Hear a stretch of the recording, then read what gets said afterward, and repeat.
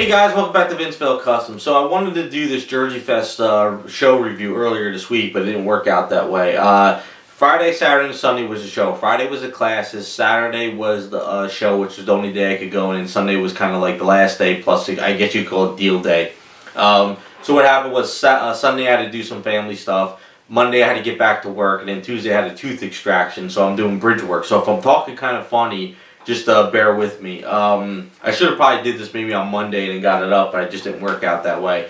And I didn't want to do the filming with me being on pain meds, even though I think you guys would have got a kick out of me kind of just staring in the camera. But I just wanted to make sure I got all that out of my system. So I'm still a little bit sore and talking funny, but that's just the way things worked out this year. So try to make this as short as possible for you guys. I did do some filming of the show. It's going to be at the end of this video. I'm a horrible filmer, at least when it comes to these show stuff. I just kind of filmed some stuff, walk by, try to get the people's banners. And I'm pretty sure if you get on Facebook to like the Jerseyfest show and some other people who go to these shows, you'll probably find some really nice detailed pictures of all the show. But I just kind of want to get this out there to maybe people who are not part of this like garage kit hobby. You're maybe more into pre-paints and customs or repairs. So I just want to show that side of the community, the other side of the community, because basically the garage kit shows like Wonderfest and Jerseyfest is where this all started. So it's kind of just trying to get people out there and just, you know, seeing what's there that you may never ever see before.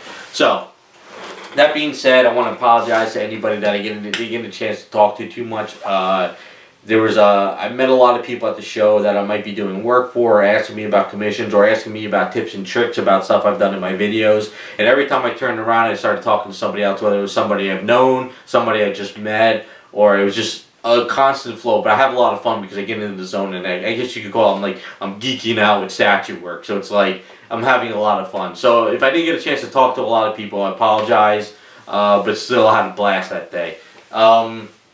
So basically, got up early Saturday, went over to the show, helped a friend set up his table. He's getting out of the hobby. He's still part of the hobby, but he can't do any work anymore, like customizing kits or painting up because of his living conditions. So he wanted to clear out all his supplies and all his old kits, and that's why I always tell people go year to year to these shows, because you never know if somebody is moving and they got to clear out their stockpile in the closet, or maybe they're getting out of the hobby. So he had tons of supplies and kits. So I went through all his bags and I took out all his supplies, stuff that I told him to buy when he got in the hobby, like sandpapers, tools, putties, you know, all this stuff that I use daily. I was like, dude, I'm taking all the stuff with me because I'm good friends with him. And he was like, yeah, take it, you know. And I gave him a couple bucks and stuff. And he comes down and visits every once in a while too. So I was like, it was good for me.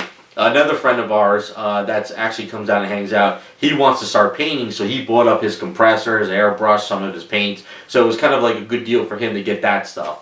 And then a lot of kits he had was blowing out. So that's why I tell people, go year to year. You never know if somebody's going to get a table just to sell off their collection, or trying to move some stuff that they're never going to get to. Because we all do it in the hobby as well as pre-paint stuff. You start buying, and then you realize, damn, I didn't need this, or I really don't want that anymore. It's the same thing with kits. You buy up all the kits you may or never get to. So, you know, but there was a lot of guys that were showing off a lot of their work. There was guys selling kits. There was guys selling supplies. There was people just clearing out old collection of stuff. There was also, which was really cool for me, there was actually a guy there this year that was selling pre-paint stuff. And normally you don't see that at these shows, but that's kind of why I like Jerseyfest better than Wonderfest. Wonderfest is like strictly kits. You don't really see a lot of pre-paint stuff, and the market kind of like, you know, superhero stuff and everything. So I got to see Prime 1 stuff in person, XM Studio stuff in person. He had a couple other items like sideshows and stuff. But I never really see these items in person. You always see them online. And I know a lot of people that do have the items that they don't pull them out of the boxes because they don't have room to display them. And if you've seen the video, some of these items are friggin' huge, but they're cool looking. So I got to see those in person. That was a plus for me. I walked around the contest room. Contest room was really great. A lot of amazing stuff. I'm always floored with the contest room, but I always hate the contest room because you don't have the person next to the item where you can pick their brain of how they did the stuff. That's why I want to be in the contest room and say, hey, how'd you do this? What did you do there? You know, that's what I really want. But I mean, you look at the contest room and it's just amazing work. And these are people who do this stuff because they love the hobby. They're not doing it because they sell the items. They don't do it because, you know, it's a second job to them or main job. They just do it because they go, you know, work a 9-to-5 job. They come home and they just want to paint vehicles, predators, females, monster stuff, old movie stuff. It's just whatever they love, they do. So that's the cool thing about the contest room. I didn't get a chance to go to the contest on Sunday, so I don't know who won what this year. Like I said, it was just a rough year for me with just missing too many days of work, and I just had to get back and focus on stuff. So that's pretty much the show. I didn't really buy much in terms of supplies. I took my friend's stuff. I hit the tool guy, which you'll see in the beginning of the video of the stuff. It's I picked up a couple tools, some sandpapers, and that was pretty much it. I picked up 2 kits. One kit was the Ursula kit. I just did a review of that on my channel. It's from HQ Models. That's going to my friend in Wisconsin. She wanted that in the worst way, so I picked that up for her. And then Rob, a friend of mine, Rob, runs the show. He said there's a guy that wants me to paint up this kit, which is here. It's HQ Models, the Mermaid. But this is kind of like a up in the air project at the moment. I didn't agree to do this, so the guy was like, you know, can you do it for me next year? I said, okay, we'll see. But then after the show, I got back. I said, I have your kit. He says, you know, he's got some stuff where he's got to clear out some stuff because he needs funding. So I said, look, I said, if by chance you need to sell the kit, you just let me know. You could sell it. You could send me a label, and I could ship it out to the person or whatever, if that's the case. So I'm not opening this up and doing a kit review on that because I don't want to mess with it just now. But that's kind of the only 2 things I really walked away with. And that was pretty much it. Had a lot of fun. Like I said, I could go to these shows all the time and just talk shop and geek out nonstop. But that's pretty much the gist of it. Sorry it took so long. Sorry I can't really talk that well. But so if you just hang around for the rest of the video, I'll do the, you know, the show floor, and then we'll do the contest room just to give you an idea of what's going on at the show, and you can see what was, you know, just pretty much what was at the show. It was just a lot of fun. So thanks for watching. Check out the rest of the video, and we'll be back with some more.